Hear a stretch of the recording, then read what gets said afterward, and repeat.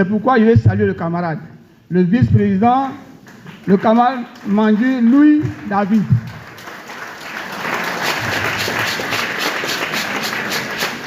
Sois salué et je veux que tu transmettes mes salutations au camarade président Afingessa.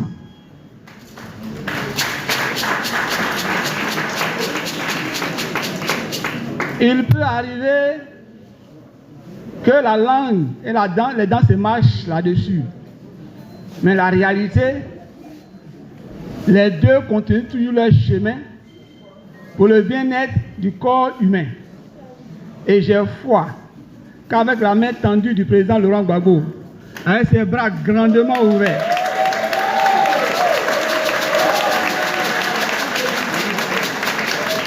depuis le 14 juillet passé, je fais un rêve. Et dans ce rêve-là, je vois le président Afingessa en train d'embrasser le président Laurent Gbagbo.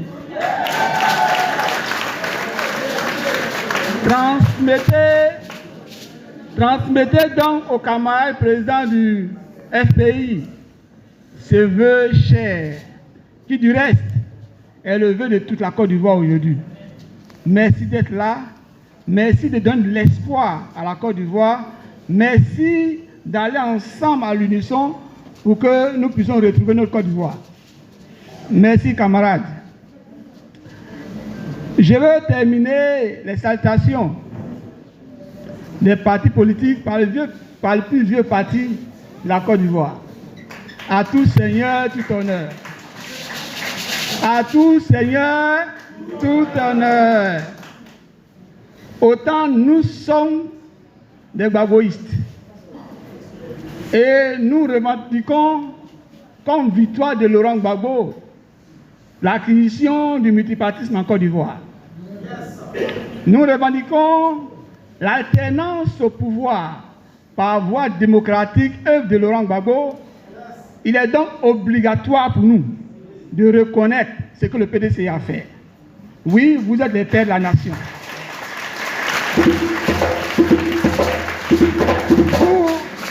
Le PDCI a combattu le bon combat pour que nous soyons à même de lever la tête contre le blanc aujourd'hui. C'est votre œuvre. Soyez-en salués. Dites au président Thiam que nous le saluons, que nous disons merci. Nous disons merci au PDCI pour ce qu'il a pu faire de façon historique dans ce pays. Que Dieu vous bénisse.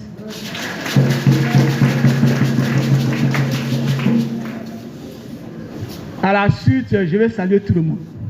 On ne peut pas citer chacun, sinon nous n'en finirons pas aujourd'hui. Donc, soyez tous salués, chacun en vos rangs, grades et qualités. Sur ce, j'aborde maintenant mon discours à proprement parler. Je suis Charles Roder Dosso, LGA du PPACI en charge de la société civile.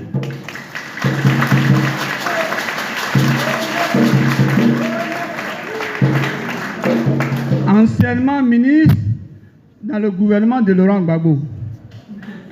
Donc, Gbagboïste pur sang. Donc, aujourd'hui, nous sommes PPACI. Nous sommes de la gauche. Nous sommes socialistes. C'est autant de thèmes qui, égrenés, peuvent ne rien dire si on ne s'explique pas là-dessus. Donc, notre parti a pour vocation de défendre les faibles. Notre parti a pour vocation de lutter pour la justice. Notre parti a pour vocation de lutter pour la justice sociale. Et on se souvient très bien que en 91, dans cette Côte d'Ivoire, des militaires sont allés nuitamment dans la cité universitaire de Yopougon, ont violé des étudiantes, ont tabassé des étudiants Et apparemment, il n'y avait rien. Le président Laurent Gbagbo n'était pas étudiant. Avec le sens aigu du partage, du fort qui porte le faible, que révèle le socialisme, il a pris le devant. Et il a dit non, cette injustice ne peut pas passer. Et pour ceux qui ont cela en mémoire, ça a créé un 18 février 92. Lui et son épouse ont été tabassés, sont allés en prison. Ce n'est pas le fait qu'un combattant soit tabassé qui est important, ce n'est pas ça.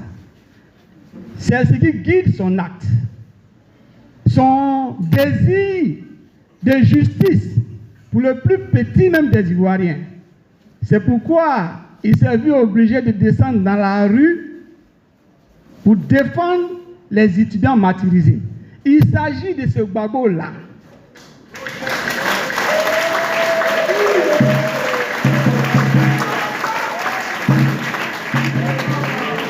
C'est ce Gbagbo-là aujourd'hui dont nous portons la voix. Mémoire pour mémoire, celui qui a pris le pouvoir en 2000, qui avait décidé de mettre le pauvre au cœur de ses décisions. Celui qui avait décidé de faire en sorte que l'Ivoirien puisse jouir de ses richesses. C'est de ce Gbagbo-là qui a décidé un partenariat gagnant-gagnant avec l'Occident. C'est de ce Gbagbo-là.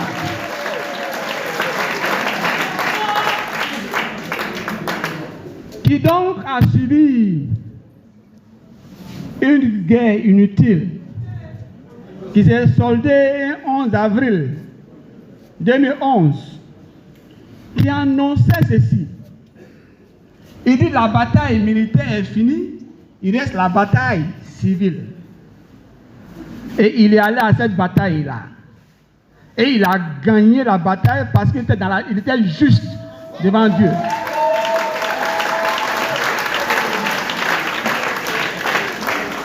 C'est ce Gbagbo-là aujourd'hui qui est en Côte d'Ivoire. C'est ce Gbagbo aujourd'hui qui s'est oublié lui-même.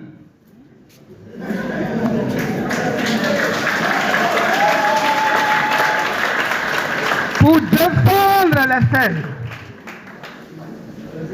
Il s'agit de ce Gbagbo-là qui, malgré son âge, continue de penser socialiste. C'est ce Gbagbo-là qui, malgré son âge, demeure ancré dans la gauche. Ce Gbagbo-là demeure auprès des faibles.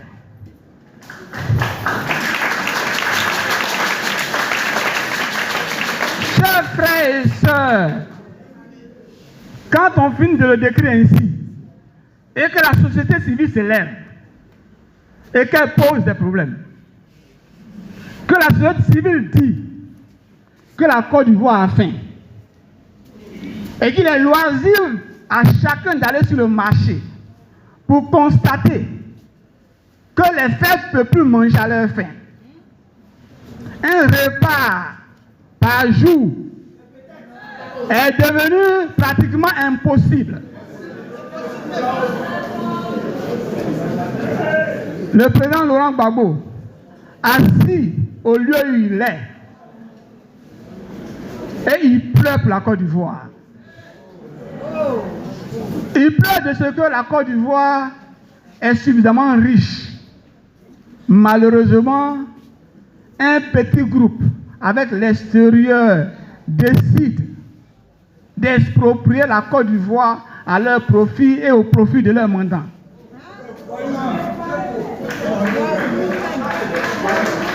Quand la société civile se lève et pose ces genres de problèmes, ce n'est plus politique.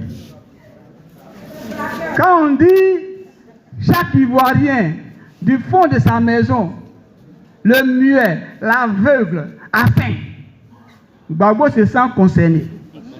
C'est ce qui justifie notre présence ici. Pendant que tout le monde a faim, et que nous sommes en train de chercher, espérer des solutions de la part de l'État, on s'en va augmenter le coût de l'électricité. 10 tons de 10%. Et que les factures peuvent passer aisément de 25 000 à 75 000. Alors que ceux qui sont aujourd'hui à la tête de l'État ne payent rien. Tout est au compte de l'État. Et quand on en parle, on nous met dans des calculs polyandriques, et puis on ne comprend rien. Avec la société civile qui se lève aujourd'hui et dit que cette affaire de l'électricité, il faut tirer ça au clair. Il faut faire en sorte que les banques qui vendent du bissap, les femmes qui font du Nyamakuji, les sociétés qui utilisent le courant ne puissent pas fermer. Est-ce que ça c'est mauvais? Est-ce que c'est mauvais? C'est ce qui va justifier notre présence ici. Lorsqu'on finit de parler de l'augmentation de l'électricité et que la même société civile s'élève et parle du déguerpissement, on a les larmes aux yeux. Ceux qui ont pu lire le secrétaire, le président exécutif, le professeur Danon Djédjé hier, il s'est offusqué. Le PPAC s'est offusqué de ce qui s'est passé à Adjamé. On peut être fort, mais il y a un cadre légal de l'expression de la force de l'État.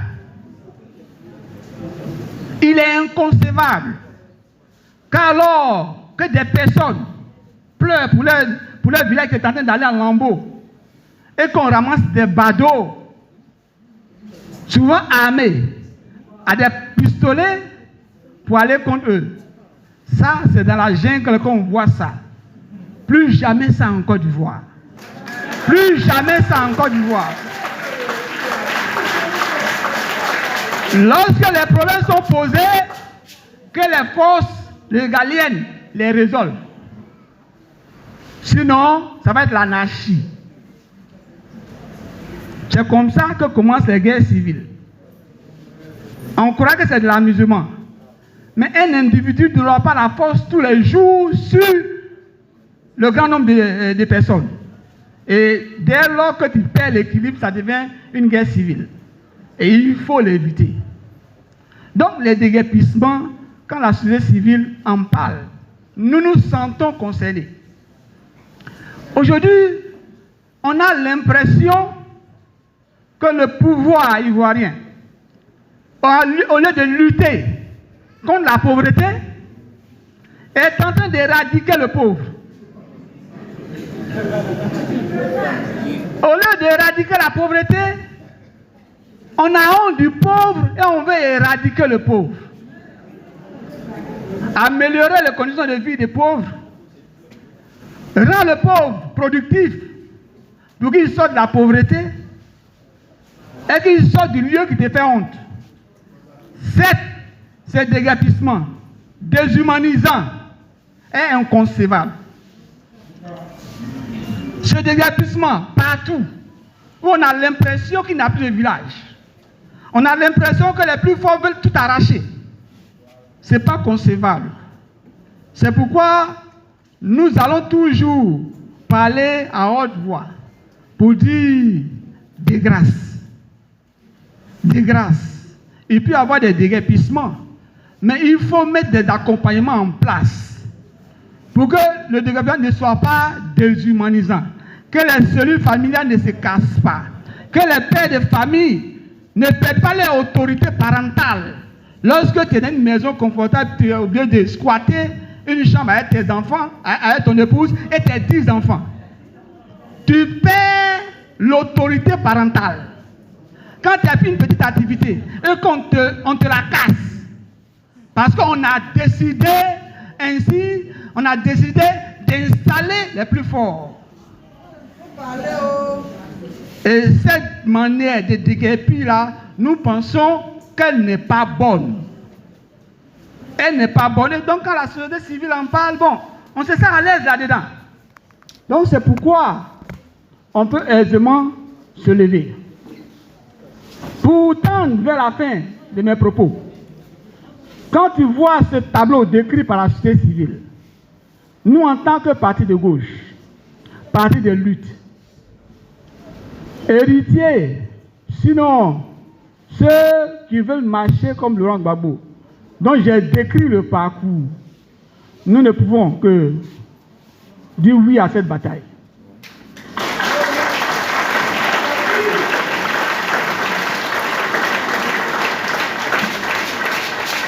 Je le dis, c'est une position de principe d'un parti de gauche socialiste. Nous sommes du côté de la masse en lutte. Nous sommes du côté de ceux qui sont faits pour établir la justice. Et par principe, nous ne pouvons que porter la lutte des faibles. Et je vais donc vous saluer une fois de plus. Félicitations à vous pour l'initiative.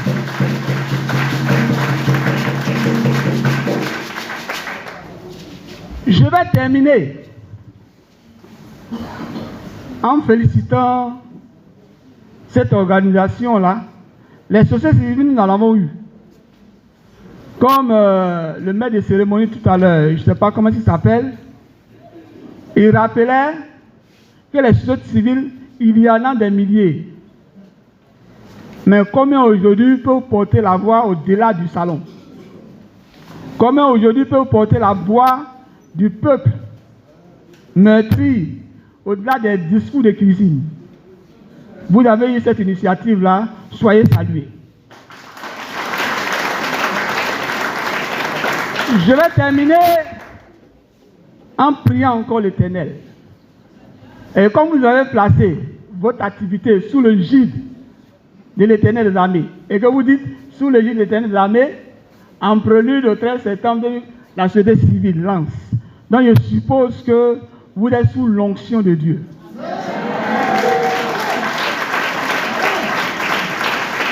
La Bible dit ceci: sous l'abri du Très-Haut, on repose à l'ombre du Tout-Puissant. Mais je vais tout juste vous expliquer ça pour terminer mon propos.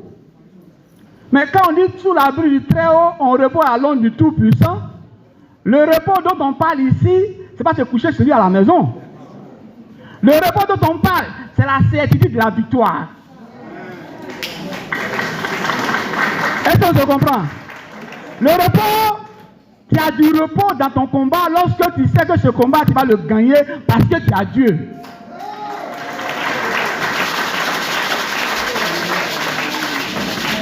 Donc, n'ayez pas l'impression qu'un combat confié à Dieu, c'est du repos.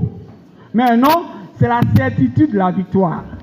Moi, je pars de cette salle avec aujourd'hui à cette heure où des délégations rentrent encore, que cette lutte-là, elle va donner quelque chose de bien à la Côte d'Ivoire. Je vais vous saluer. Je vais saluer tous les responsables de la société civile. Je vais saluer ces partis politiques qui se mobilisent autour de vous. Et je vais prier Dieu qu'au terme de cette bataille-là, la Côte d'Ivoire ait la victoire. Que Dieu vous bénisse.